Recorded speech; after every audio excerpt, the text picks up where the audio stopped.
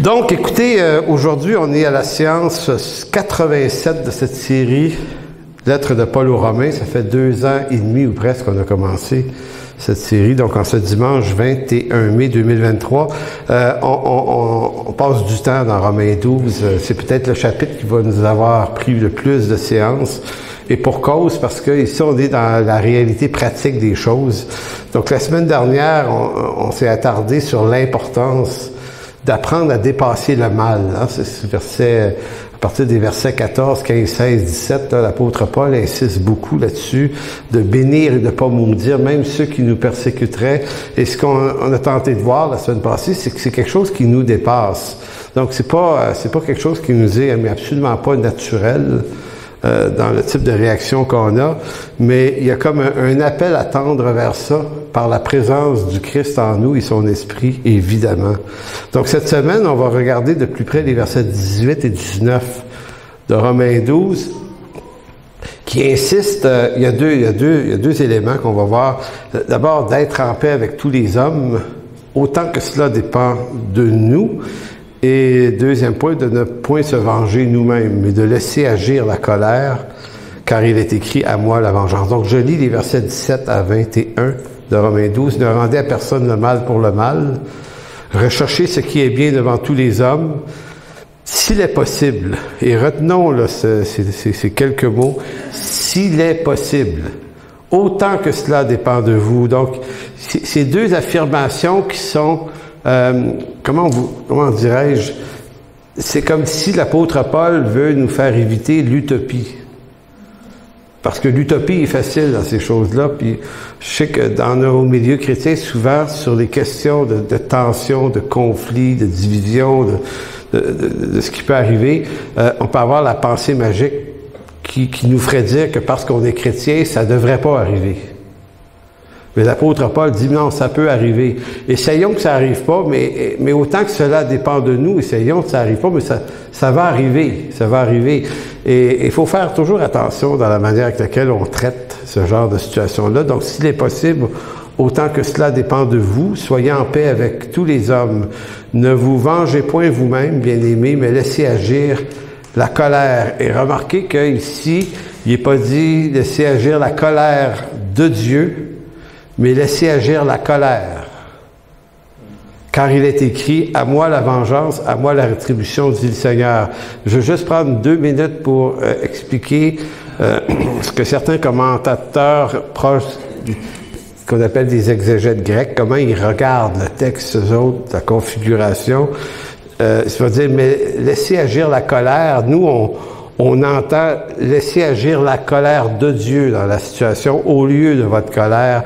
C'est probablement ce que Paul veut dire, mais certains vont dire, mais il y a une autre façon de le voir, et l'autre façon, c'est de ne pas éteindre ta colère pour autant. Laisse agir ta colère, mais pas en te vengeant, en d'autres mots. Je ne sais pas si vous voyez la nuance, c'est pas la même. L'intérêt de cette approche-là, c'est qu'elle est extrêmement réaliste. Parce que on a l'impression qu'une situation d'injustice qui peut animer notre colère devrait faire en sorte qu'on ne devrait pas avoir de colère. Comme si, parce que tu es chrétien puis tu as le Saint-Esprit, ça ne peut plus exister. Donc, si quelqu'un te coupe, puis il passe pas, je vais te faire rentrer dans un poteau de téléphone, tu es supposé vivre ça avec joie, tu sais. Bon, voyez-vous, c'est un peu comme si la colère, elle est forcément présente. Maintenant, comme si Paul dit, OK, il ne s'agit pas de la faire taire et de la nier, mais ne la fait pas agir par la vengeance, parce que la vengeance et la rétribution appartiennent au Seigneur. Donc, lui va s'occuper de rendre justice. Maintenant, laisse aller ta colère. Tu sais, laisse-la agir, non pas agir dans la vengeance, mais laisse-la s'éteindre, laisse-la se placer, laisse-la se déposer. Donne-y de la place. Donne-y des moyens de pouvoir Et souvent, de la façon dont on peut gérer nos colères, c'est en parlant à quelqu'un qui est capable de l'entendre. Et c'est pour ça que c'est important, la communion fraternelle, parce que ça sert pas juste à entendre des belles choses. quelquefois, un frère, une sœur a besoin d'exprimer une situation difficile qu'il vit. Il a besoin de parler de sa colère. Et on peut pas lui dire, mon frère, t'as pas le droit d'être en colère. T'es né de nouveau, toi. Donc, c'est comme si, des fois, on a un discours qui est déshumanisant. Alors qu'il faut être capable d'être béni avec ceux qui sont bénis, mais de pleurer avec ceux qui pleurent, puis d'être capable de vivre les douleurs avec ceux qui en ont une, sans essayer de les moraliser en disant, ben regarde, c'est un peu comme si vous frappez, vous arrivez sur une route, puis il y a un gars en vélo qui vient de se faire frapper par un auto, puis il est dans le champ, le Bessic est tout cassé en morceaux, puis le gars, il a 3-4 membres cassés. Vous allez le voir, puis tu sais, le gars, il souffre, t'es là, t'es pas supposé de souffrir, que c'est ça? Voyons, non, t'es donc bien plaignard. Souffre pas, tu sais. Bon, ça n'aurait pas de bon sens, mais c'est la même chose. On peut, des fois, traverser des moments difficiles, et c'est utile d'avoir des oreilles capables de les entendre, nos souffrances, sans les moraliser, mais juste être capable de les entendre. Et quand on passe des temps difficiles, qu'on souffre, il se peut qu'on exagère. C'est dans la nature humaine de faire ça. Mais il faut être capable d'entendre ça. Et si on a quelque chose à dire à la personne, c'est juste dire, gars, je vais prier pour toi. Puis tu sais, donc c'est intéressant. Puis ce que je découvrais dans ces dernières semaines en étudiant ce texte-là, c'était que l'apôtre Paul était très très très conscient d'éviter les chimères et les utopies. Donc, de dire, c'est pour ça qu'il va dire, s'il est possible, autant que cela dépend de vous. Donc, si c'est possible. Mais ça se peut que ça ne soit pas possible aussi, d'être en paix avec tous les hommes. Donc, Paul n'est pas dans l'utopie en disant, étant donné que vous êtes chrétien, il est impossible maintenant que vous soyez pas en paix avec tous les hommes. C'est obligé que vous soyez en paix avec tous les hommes. Puis vous voyez, c'est pas son discours à lui. Lui-même, Paul n'était pas en paix avec tous les hommes. Il y avait des ennemis aussi. Puis il a été persécuté. Puis on reconnaît que l'apôtre Paul avait une grâce particulière, parce que dans son cas, les 40 coups moins 1 qu'il a reçus à 5 reprises, je sais pas moi ce que j'aurais fait avec ça. Moi, juste un coup, ça aurait été déjà un peu trop, là. Lui, il n'a pas reçu 40 coups moins 1, il a reçu 5 fois 40 coups moins 1. C'est comme... Puis tu sais, l'apôtre Paul a trouvé ça difficile, mais il a trouvé la grâce aussi. Pour être capable de se relever, puis de continuer, puis de persévérer. Mais jamais il nous dit, j'ai aimé ça, c'était le fun, t'as tellement béni. Je recommencerai demain matin.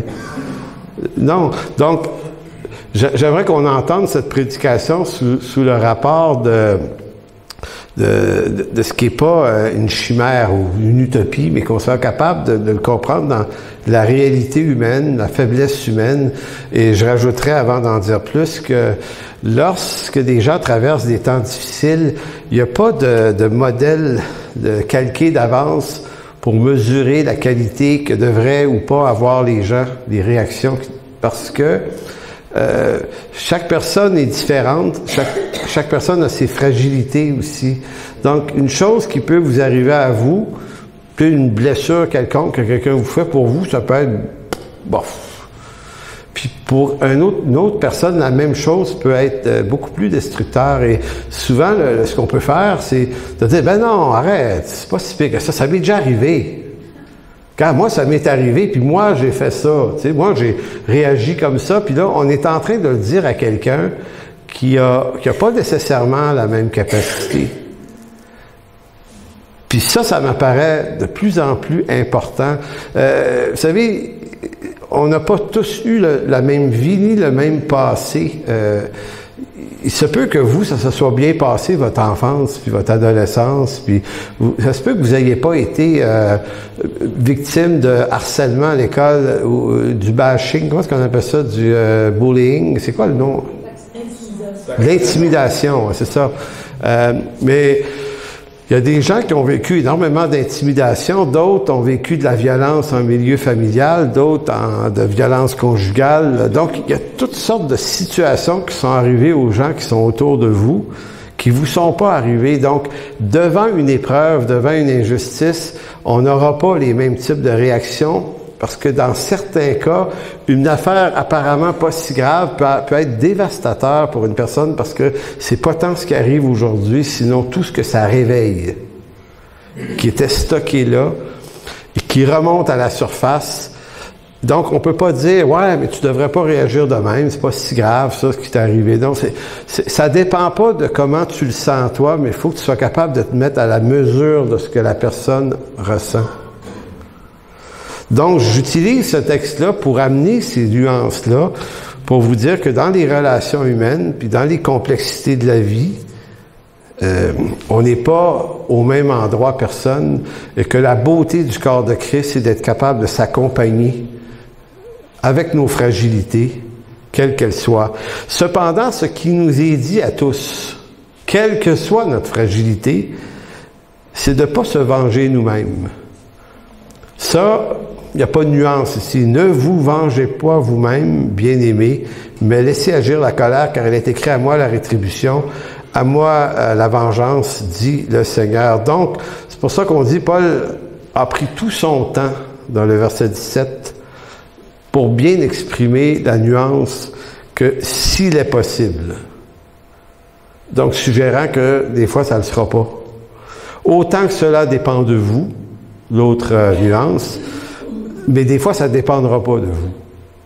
Donc, il va arriver quelque chose, ça vous met dans un problème troublant, mais ça ne dépend pas de vous. Donc, on ne doit pas toujours tout prendre sur notre dos comme si c'était toujours de notre faute. Ce qui est demandé aux chrétiens, par contre, est assez simple, puisqu'on ne pourra pas éviter les conflits, les tensions, les difficultés, les blessures. Faisons tout de même en sorte de ne pas être celui ou celle qui en est l'auteur envers les autres. Donc ici, on est dans une nuance très importante. Dans le contexte, il y a deux contextes, je l'ai dit un peu la semaine passée, mais je tiens à préciser que la même idée exprimée dans l'Église et hors de l'Église, dans nos milieux de travail ou à l'école, ou dans nos familles peut-être, les relations ne sont pas les mêmes, nos réactions ne doivent pas être les mêmes. Donc, Paul, lorsqu'il mentionne ça en Romains 12, c'est dans le rapport aux non-croyants. Il parle de ceux qui pourraient nous persécuter, donc on doit comprendre que c'est d'abord les non-croyants. Et la semaine prochaine, quand on va rentrer dans Romains 13, 1, qui est juste à la suite de ça, Paul va parler des gouvernements, des magistrats, et c'est probablement aussi par eux que la vengeance de Dieu peut venir aussi. Donc tout se tient. Donc c'est dans le contexte de nos relations avec les non-croyants qu'il nous faut se garder en paix, car notre appel vis-à-vis des non-croyants est d'être des agents de réconciliation et non pas des agents d'accusation. C'est extrêmement important. Ce qui est exigé de nous dans nos rapports avec les incroyants et pas ce qui est exigé de nous dans le rapport avec les croyants. Dans l'Église, il y a l'Écriture qui est le repère central de la vérité. Les relations, là, la qualité de notre unité tourne autour d'une parole donnée par Dieu et non pas par nous. Dans nos rapports avec les incroyants, c'est pas la même chose. Il n'y a pas cette parole de Dieu-là. En d'autres mots, on n'a pas à être des agents d'accusation sur les gens autour de nous, au travail ou dans nos familles. Et j'ai vu des fois, dans le passé, on pouvait manquer de sagesse. Tu sais, t'as des gens au travail, un de tes chums au travail, tu sais, il vient avec sa copine, ils sont pas mariés. Et là, tu sais, on pouvait avoir envie de pointer ça, tu sais, comme si les non-croyants répondent pas à notre morale chrétienne. Et puis, des fois, on a brisé des relations avec des gens parce qu'on aurait voulu qu'ils aient une morale semblable à la nôtre ou des convictions morales semblables aux nôtres, alors qu'ils ne sont pas du tout dans le même paradigme spirituel. Donc, c'est pour ça que Paul dit, avec eux, là, soyez en paix. Puis soyez en paix avec l'État policier, les magistrats, soyez en paix avec les gouvernements, soyez soumis à ces autorités-là. Mais vous n'avez pas à les reprendre. Vous n'avez pas à juger leur morale. L'apôtre Paul, là, ne jugeait pas la morale de Néron, qui était un fou. Caligula, l'empereur Claude, c'est les différents empereurs du temps apostolique, qui étaient des hommes cruels. Et c'est dans le contexte où ces hommes-là sont au pouvoir et ceux qui les accompagnent dans leur pouvoir étaient souvent des gens corrompus, égocentriques. L'apôtre Paul va dire, on va faire confiance que Dieu élève ceux qu'il veut élever à ces postures-là, même si c'est des gens qui peuvent être injustes, même s'ils peuvent être corrompus. Ça nous regarde pas. Ils vont rendre compte au Seigneur. Maintenant, nous, notre rapport avec eux, c'est de les honorer. L'apôtre Pierre le dit dans sa lettre au chapitre 2, « Honorez le roi. » Honorez le roi. Donc, d'être en paix avec tous les hommes, c'est dans ce sens-là. Je le répète encore, 2 Corinthiens 5,20, mais tournez pas là. Nous, notre ministère, notre appel vis-à-vis des gens de ce monde, c'est d'être des réconciliateurs. Ils disent, on est comme on est comme un peu des diplomates, des ambassadeurs de Christ en ce monde. Par nous, Dieu veut réconcilier ce monde avec nous-mêmes. Donc, il veut pas diviser davantage ce monde avec lui-même. Donc, il nous garde ici pour qu'on soit des agents réconciliateurs. Donc, on peut pas se permettre d'avoir des relations continuellement tendues avec les gens du monde. On est appelé à avoir un témoignage qui témoigne de la paix de Christ qui est en nous. Et ça, c'est important, parce que c'est à travers cette démarche-là qu'on gagne des âmes. Vous savez, France et moi, on a parmi un des meilleurs couples d'amis qu'on a, c'est pas des croyants, c'est des amis d'enfance. On se côtoie encore quelques fois par année, on s'invite à souper puis à passer des journées ensemble parce que c'est vraiment des gens extrêmement sympathiques et précieux pour nous. On s'est connus, on avait 12-13 ans. Là. Vous comprenez que ça remonte à loin, cette amitié-là. Et ils sont pas mariés. Puis c'est pas de nos affaires. Ça nous regarde pas. Puis on fait pas de passe par la bande. Jamais. Puis on leur rentre pas la Bible dans la bouche de force non plus. On s'efforce d'être ce qu'on est toujours ensemble, ce qu'on est avec eux. Et chose intéressante, c'est que au cours des 2 dernières années, ils nous regardent aller. On le voit bien. Mariage, tout ça. Puis ils ont commencé à être inspirés à l'idée de se marier. Et il y a un mois, ils m'ont téléphoné, ils ont dit « Aimerais-tu nous marier? » Ça fait longtemps qu'ils sont ensemble. Là. Ils n'ont jamais vraiment cru à ça.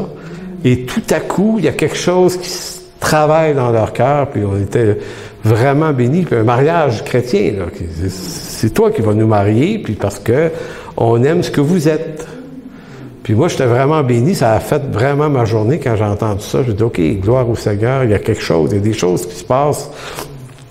Donc, ça vaut la peine vraiment de se garder en paix avec les gens dans nos milieux de travail puis dans nos familles parce que c'est à travers ces relations de qualité que des portes vont s'ouvrir pour l'Évangile.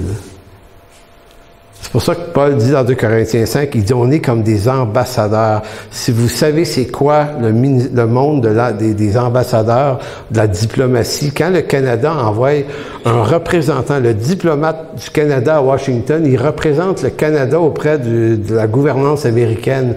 T'envoies pas un mal engueulé, là. Ça te prend quelqu'un qui est extrêmement poli. Puis que quand il rencontre le président ou qu'il rencontre les gens de la députation américaine puis les gouverneurs, il faut qu'il vende le Canada de lui. Il faut qu'il crée des circonstances diplomatiques favorables au développement des relations entre les deux pays. Donc, si le gars il est moindrement un peu cave, ils vont l'enlever. Là. Ils vont dire, toi de là, t'es pas bon, là, tu nous fais perdre des relations. Donc, c'est ça de la diplomatie. C'est ça être un ambassadeur. Donc, si on est des ambassadeurs de Christ sur terre, il faut y penser dans tous les rayons relationnels de nos vies, peu importe les circonstances. Donc, ça, c'est le contexte du texte. Maintenant, Boyce, John Montgomery Boyce, il fait, dans son commentaire sur ce texte-là, par contre, un espèce de texte pour dire, c'est pas la même chose dans l'Église. Puis nous, on pourrait penser que c'est encore plus vrai dans l'Église. Lui, il dit, c'est encore plus vrai, mais d'une manière différente. Il dit, dans le contexte de l'Église où l'Écriture fait autorité, maintenant, il ne faut pas vouloir la paix à tout prix. Et là, tu dis, attends une minute, il me semble que l'Église, la paix, lui va dire, la paix, non pas au prix de la vérité biblique. L'Écriture doit rester au cœur de la qualité de nos relations. Ça ne veut pas dire qu'on doit tous penser pareil, et avoir exactement la même théologie, mais ça veut dire qu'on répond à quelque chose qui est au-delà de nous, de notre pouvoir. C'est l'autorité de l'Écriture. Il dit, sans pour autant manquer de respect, il faut défendre la vérité au risque, quelquefois, de la rupture des amitiés spirituelles. C'est intéressant. Il va dire, la paix, oui, mais non jamais au prix de l'immoralité non plus dans l'Église. Dans le monde, c'est une autre affaire, mais dans l'Église, si des personnes en autorité spirituelle vivent dans l'immoralité, ça doit être traité au risque que ça crée des tumultes et que ça vienne casser un peu l'unité.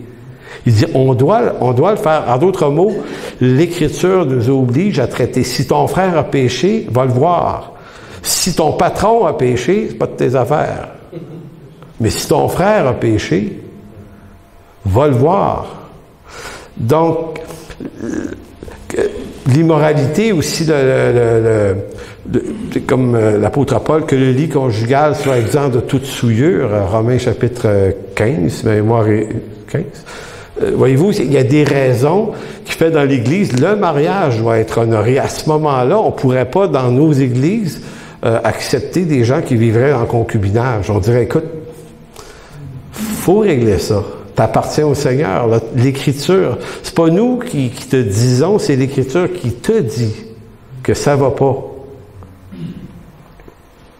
Que ce soit pour des raisons de malhonnêteté, des raisons d'inconduite de toutes sortes, il se dit, mais ce sont des choses qui n'ont pas leur place dans le peuple de Dieu et on ne peut pas maquiller, couvrir ces choses pour protéger une forme d'unité ou de paix parce qu'on ne veut pas exposer de problèmes pour avoir la paix tout le monde. Il dit à ce moment-là, c'est plus de la paix, c'est de la lâcheté, là. Fait que c'est quand même quelque chose. Non pas la paix au prix de couvrir les injustices et des mensonges par peur des conséquences que cela peut entraîner. Choisir la paix sous prétexte de maintenir l'unité alors que des choses graves se produisent dans une église n'est ni la paix de Dieu, ni l'unité du corps de Christ au sens biblique du terme. C'est plutôt le manque de courage.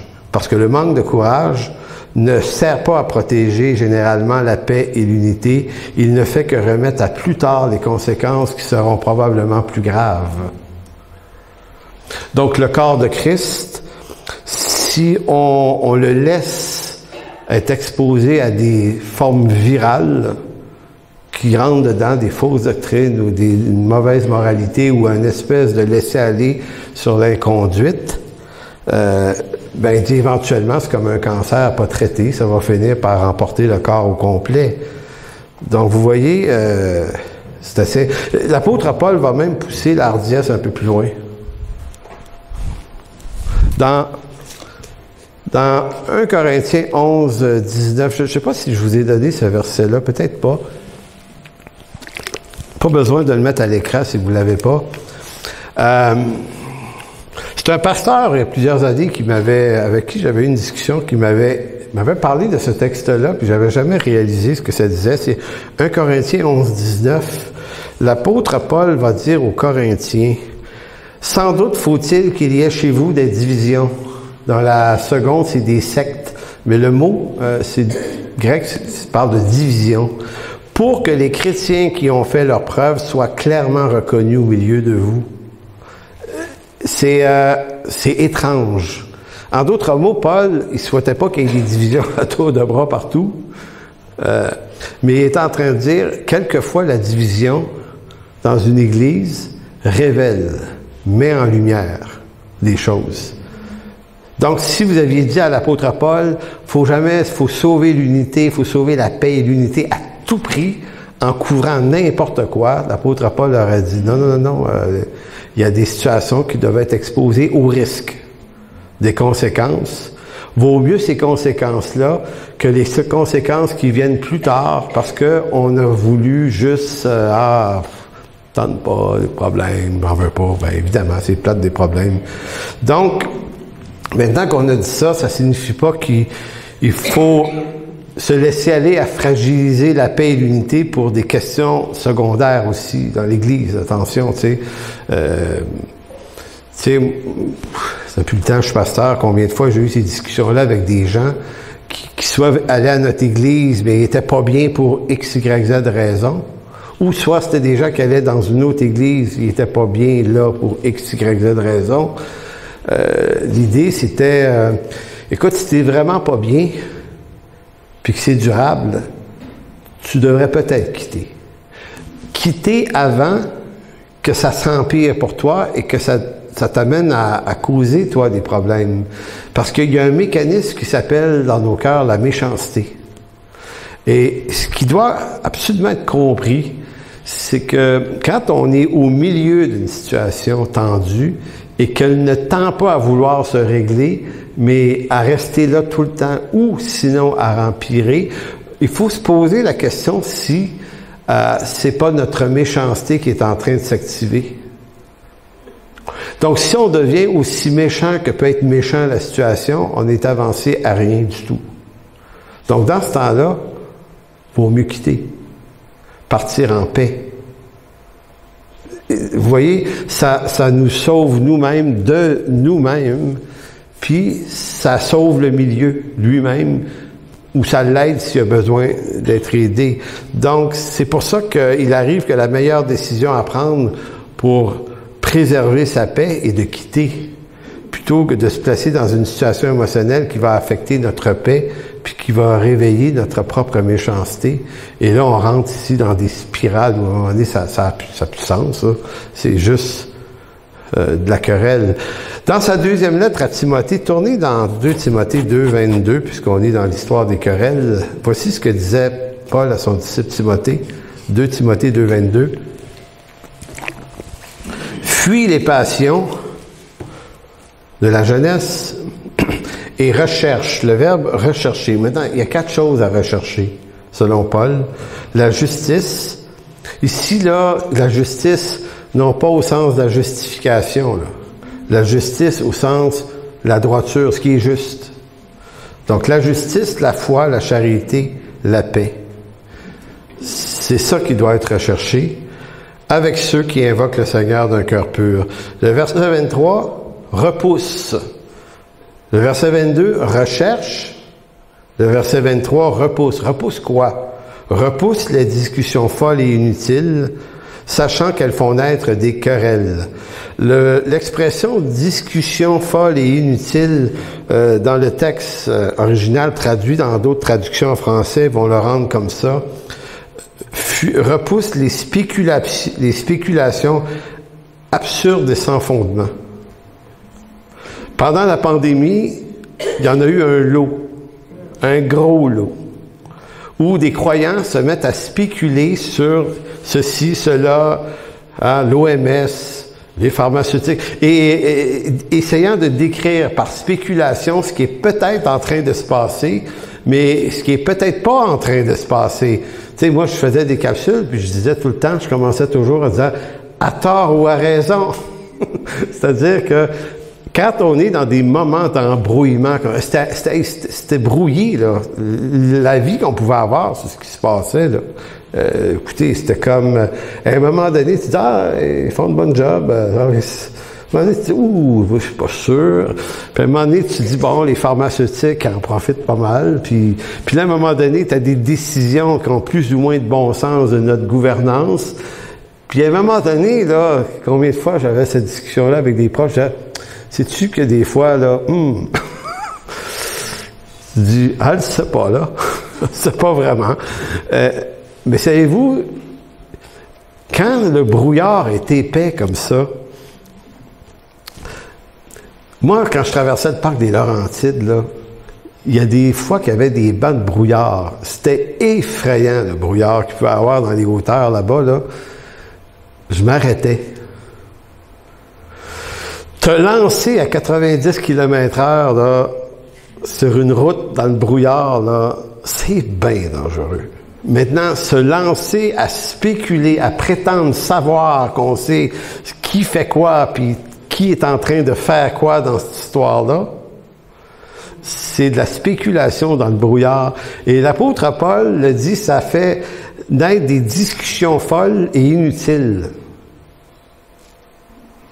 C'est dit dans l'Écriture de ne pas faire ça. Maintenant, qu'est-ce qu'on pouvait faire à la fois, à la place? On pouvait simplement regarder la clarté de l'Écriture, parce que l'Écriture, c'est comme une lumière puissante dans les ténèbres. Et la parole de Dieu va nous donner un trajet, elle. Elle nous dira pas, prends pour lui, prends pas pour lui. Parce qu'il y en a qui vont dire, oui, mais moi, c'est le Seigneur m'a l'a montré. Moi, il y a rien qui me tape plus les nerfs qu'entendre ça. T'sais, en d'autres mots, parce que je veux pas raisonner puis réfléchir comme il faut, je vais mettre l'autorité du Seigneur dans ma parole. Danger, danger, danger, comme disait le robot de Will Robinson. Hein? Souvenez-vous? En tout cas. Donc, qu'est-ce qu'on pouvait faire à la place?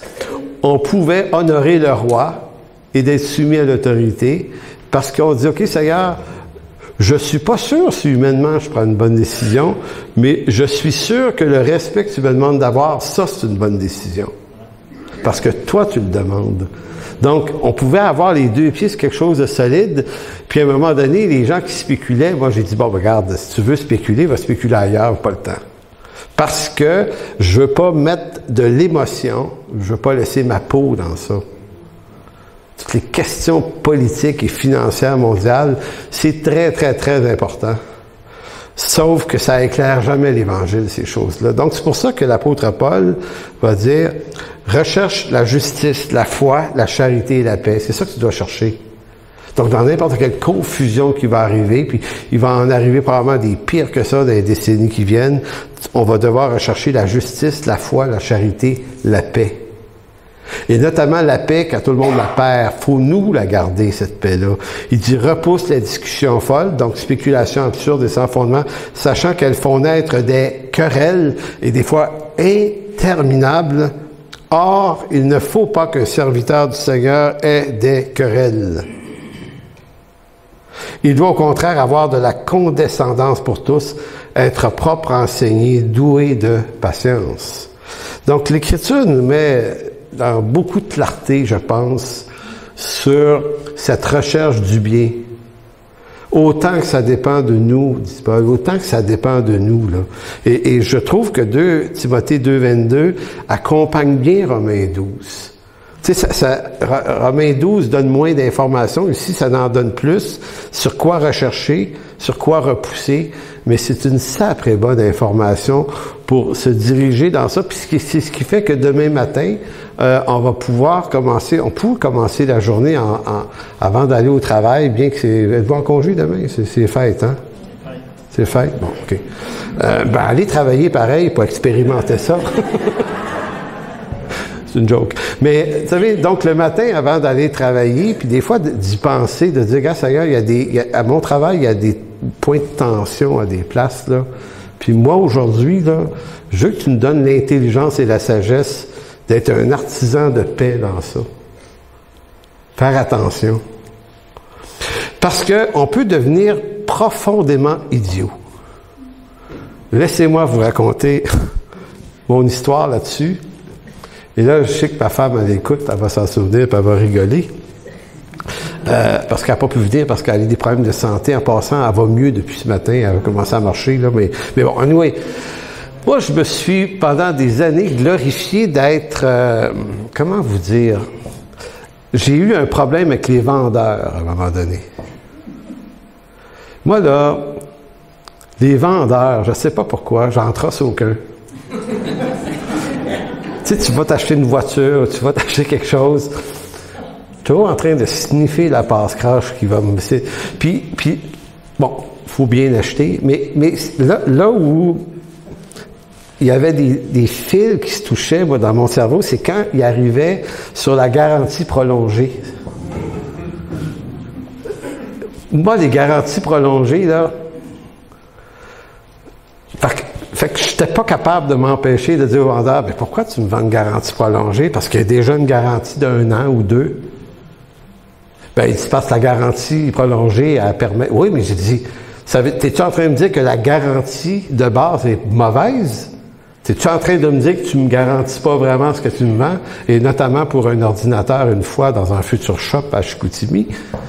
Il dit, non, elle est bonne. Bon, ben, pourquoi tu m'en offres une? Ben là, il dit, puis là, il essayait de trouver des arguments. Ben, il dit, parce que si vous la prenez, on va vous traiter plus rapidement. Ah, j'ai dit, c'est en train de me dire que la garantie est pas bonne. Tu vas pas bien me traiter. Mais je dis, pourquoi je ferais affaire avec toi d'abord? Et là, je partais dans des discussions. Et des fois, c'était des jeunes, tu sais, à un moment donné, ils savaient plus trop quoi dire. Ah, ouais, chercher mon boss, il va te parler.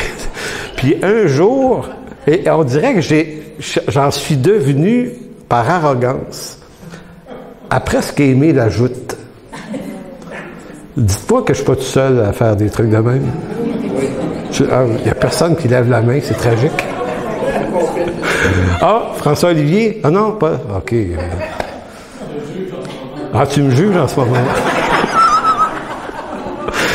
Donc, une fois, j'ai une imprimante, on achète une imprimante, on prend la garantie prolongée, tu sais. Et au bout d'un an, elle pète. Ramène la machine, et là, et dans la garantie prolongée, c'est écrit, au bout de 30 jours, s'ils n'ont pas pu la réparer, ils sont obligés de t'en donner une neuve. C'était ça la condition. Fait qu'à un moment donné, ça fait 40 jours. Puis moi, je rappelais, ça s'en vient, ça s'en vient. 50 jours, ça s'en vient. Hey, j'ai dit, là, ça fait 2 mois, je suis pas une imprimante, je prends une imprimante. Fait que là, je dis, France, je m'en vais y aller. Et là, j'étais dans mon auto. Je ne sais pas comment vous dire. Moi, j'ai peut-être un problème. J'ai pas assez peur de la confrontation. Tu sais, c'est comme... Yes, on va vivre quelque chose aujourd'hui. Et là, j'arrive au Future Shop. Je rentre.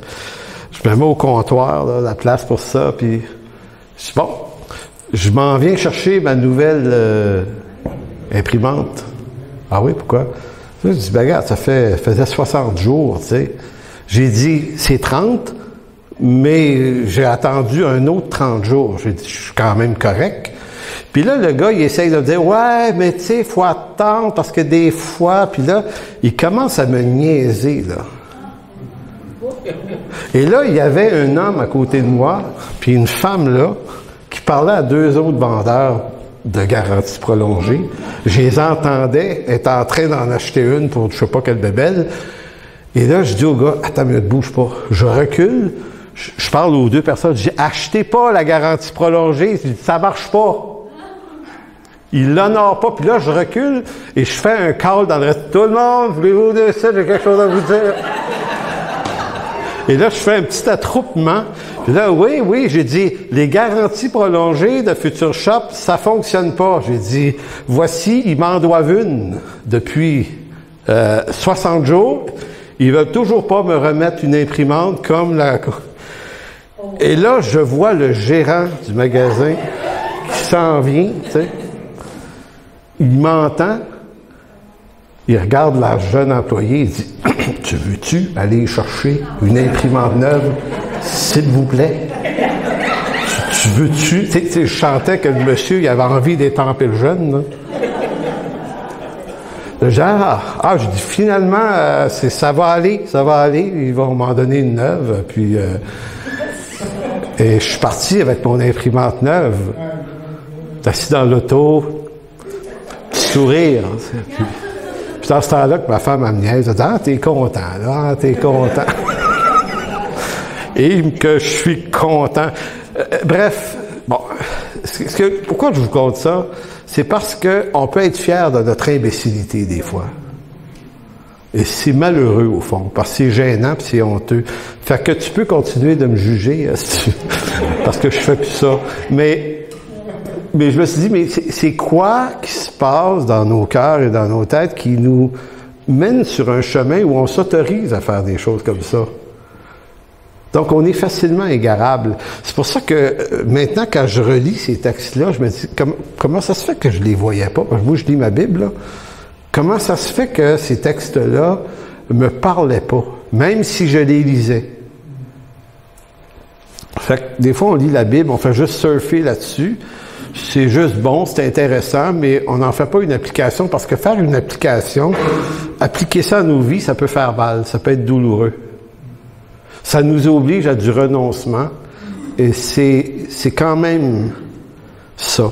C'est pour ça que, verset 24, il ne faut pas qu'un serviteur de Dieu ait des querelles. Il doit, au contraire, avoir de la condescendance pour tous, être propre, enseigné et doué de patience. Donc, c'est un peu une exhortation qu'on se laisse aujourd'hui en Église, comprendre qu'il va y avoir des situations, et autant que ça dépend de nous, là, on doit vraiment se mettre sur cette traque-là, de dire, OK, je vais apprendre à faire attention, puis être bienveillant, puis même si des fois les gens sont coupables, là je vais faire attention. Même si on me persécute, je vais pas maudire, je vais bénir. Il y a un apprentissage. Et moi, je crois que quand, par la foi, on se met le pied dans cette direction-là, Dieu bénit. Mais si on résiste, il n'y aura rien. Et en même temps, on doit prendre nos distances avec les querelles, être capable d'identifier les zones où chacun d'entre nous, ça va nous chercher différemment. Dans certains cas, il faut s'éloigner de la querelle, puis des fois, il faut s'éloigner du querelleur aussi. Il y a des personnes qui sont des foyers de querelle. Il y en a dans les églises aussi. Il y en a partout. Chasse le moqueur et la discorde prendra fin, la contestation et les insultes cesseront, Proverbe 22:10. Donc, c'est aussi de Dieu, des fois, de prendre des distances avec des personnes qui nous la volent, cette paix-là, par leurs propos moins utiles. Donc, ne vous vengez pas vous-même, bien-aimés, mais laissez agir la colère, car il est écrit « À moi la vengeance ». Je vais terminer sur 2 textes. La raison pour laquelle, au fond, on n'a pas besoin de se venger nous-mêmes et qu'on a beaucoup plus à gagner à protéger notre paix. La première raison, c'est à cause de la paix de Christ. Étant donc justifiés, Romains 5, 1 et 2, étant donc justifiés par la foi, nous avons la paix avec Dieu par notre Seigneur Jésus-Christ. Nous avons la paix avec Dieu. Et ce qui m'apparaît de plus en plus clair, et c'est quelque chose que j'aimerais approfondir dans ma compréhension, c'est que une des raisons qui fait qu'on n'est pas en paix souvent avec nos semblables, c'est parce qu'on n'est pas en paix avec Dieu. La raison de toutes les guerres, de tous les troubles, de tous les massacres ethniques qu'il y a pu avoir, c'est toujours une question qu'on n'est pas en paix avec ceux de qui on souhaite la mort. Est-ce que c'est utopique de penser que si on est vraiment entré dans un régime de foi, de la paix de Christ en nous? Tu sais, on n'avait pas la paix avec Dieu parce qu'on était séparés de Dieu à cause du péché adamique. Maintenant, si on est restauré à notre unité avec le Christ en Dieu, et que maintenant on a la paix avec Dieu, est-ce que ça serait pas un élément, une espèce de moteur, ça, dans nos vies, qui nous permet de mesurer est-ce que j'ai vraiment bien compris la paix de Christ dans ma vie? Si oui, je l'ai bien compris, elle devrait se traduire par une plus grande capacité d'être en paix avec mes semblables, croyants ou non croyants.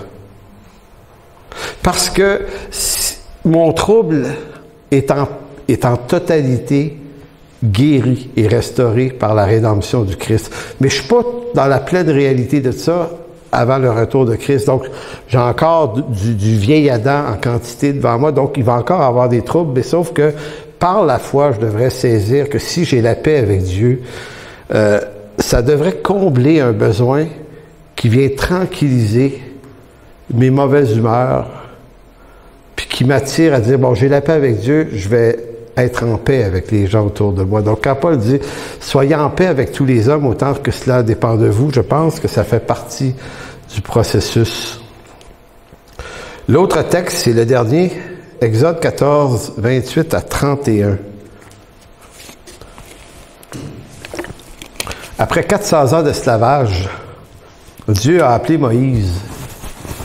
Les Israélites ont crié à Dieu, on voit ça dans Exode chapitre 1 et 2, et leur cri a été entendu par l'Éternel qui se souvient de son alliance avec Abraham, Isaac et Jacob, et il les a secourus en leur envoyant un sauveur qui s'est appelé Moïse. 400 ans, dont une bonne partie en tant qu'esclaves, exploités, maltraités, battus. Et ne vous vengez pas vous-même, dit l'Éternel, laissez agir la colère de Dieu. C'est ça qu'on a lu dans Romains. Maintenant, c'est vrai dans le Nouveau, mais c'était vrai dans l'Ancien Testament.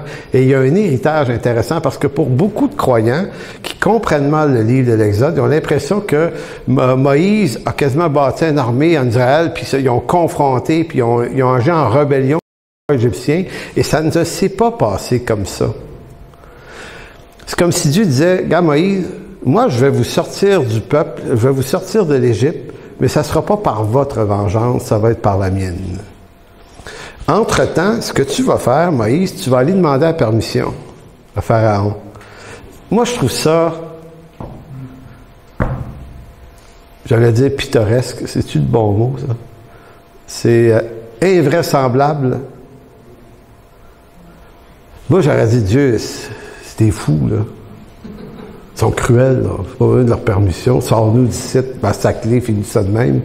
Je dis, non. Tu vas aller voir, tu vas dire à Pharaon, laisse aller mon peuple de la part de notre Dieu. Laisse aller mon peuple.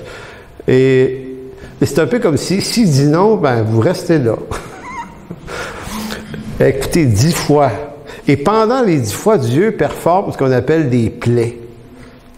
Et c'est comme si Dieu montre sa grandeur et sa toute-puissance. Et certains ont dit, afin que les Égyptiens la voient, mais c'est aussi, selon des bons commentateurs, pourquoi Dieu fait 10 plaies? Puis, c'est pour humilier les divinités d'Égypte les unes après les autres, parce que on croit que les Hébreux avaient tendance à se confier dans les mêmes divinités que leur maître. Donc, Dieu est en train de dire, je vais à travers un processus en 10 étapes vous montrer qu'aucun des dieux d'Égypte peut libérer ou ne peut faire ce que l'Éternel, le Dieu d'Israël, peut faire. Donc, c'est pédagogique, les displays, pour les Israélites. Donc, c'est la raison pour laquelle il y en a une dizaine comme ça. Au bout des 10, finalement, à un moment donné, Dieu a dit, OK, maintenant, on va faire la Pâque. Vous allez offrir un chevreau, vous allez prendre le sang, vous allez mettre ça sur les linteaux, Exode chapitre 12. Et là, on entre dans une nouvelle étape qui s'appelle la vengeance de l'Éternel. Les Israélites n'ont pas soulevé une seule fois une épée dans toute cette histoire-là. Pas une fois. C'est l'Éternel qui dit, vous allez voir quelle est la délivrance que l'Éternel va faire au milieu de vous. Donc, c'est exactement ce que Paul dit aux Romains. Laissez à moi la vengeance, à moi la rétribution. Pourquoi ça doit être à l'Éternel et pas à nous de le faire? Parce que nous, on se venge mal. On n'a pas la justice de Dieu dans une justesse qui nous permet de bien juger les situations et d'offrir la bonne vengeance possible. Et ça appartient à Dieu, ce jugement-là. Donc Dieu dit, tu te vengeras pas. Je suis pas en train de te dire que ce que tu as subi mérite pas vengeance. Ça mérite vengeance et justice. Fais-moi confiance, je vais agir, je vais te venger. Maintenant, toi, reste tranquille. Donc, verset 28 d'Exode 14, après qu'ils eurent sorti, la mer s'est ouverte, puis ils ont traversé, les eaux revèrent et couvrirent les chars, les cavaliers et toute l'armée de Pharaon qui était entrée dans la mer après les enfants d'Israël. Il n'en échappa pas même un seul. Mais les enfants d'Israël marchèrent à sec au milieu de la mer, et les eaux formaient comme une muraille à leur droite et à leur gauche. En ce jour, l'Éternel délivra Israël de la main des Égyptiens. Et Israël vit sur le rivage de la mer des Égyptiens qui étaient morts. Israël vit la main puissante que l'Éternel avait dirigée contre les Égyptiens, et le peuple craignit l'Éternel, et il crut en l'Éternel et en Moïse, son serviteur. Ce qui vient de se passer ici, c'est ce dont on se parle depuis à peu près une cinquantaine de minutes. Moïse est un libérateur d'Israël, mais s'il est un si grand libérateur d'Israël, c'est parce qu'il a choisi de ne pas agir lui-même, parce que cette erreur-là, il l'avait fait au départ, 40 ans avant. Il avait tué l'Égyptien en disant, hey, c'était pas à l'Éternel la vengeance, c'est à moi la vengeance. Moi, là, je suis libérateur d'Israël. Passe-moi une épée, m'en tailler un morceau. Vous allez voir. Un bon chrétien, quand ça veut régler des problèmes. Et Dieu a jamais approuvé le meurtre de Moïse. C'est comme s'il disait, Moïse, ça t'appartient pas. Ça m'appartient à moi, l'Éternel. Dernier texte, Matthieu 5,9. Heureux ceux qui procurent la paix, car ils seront appelés fils de Dieu. Amen. Alors, merci, Père, de bénir aujourd'hui ta parole. Seigneur, on se dit des choses difficiles, au fond. Seigneur, dans ces choses, ici, on n'est pas dans un confort extraordinaire, c'est-à-dire que c'est pas de la mécanique, ces choses-là, mais c'est de l'humanité.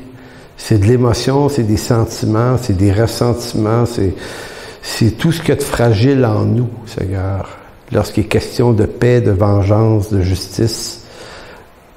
Seigneur, souvent, tout ça passe par des sentiments qui sont beaucoup plus forts que nous et qui nous dominent complètement. Et Seigneur, c'est pour ça que tu nous sauves et que tu nous as conduits sur les sentiers de la paix, de ta paix. On a la paix avec toi, Seigneur, et Seigneur, par ton esprit, fais grandir cette paix afin qu'on puisse la respirer à travers nous, Seigneur, à travers les pores de notre peau, Seigneur, qu'on puisse être des hommes et des femmes qui procurent la paix afin que cette paix ait ton odeur, Seigneur, et que, reconnaissant l'odeur de Christ, les femmes, les hommes viennent à toi. Merci.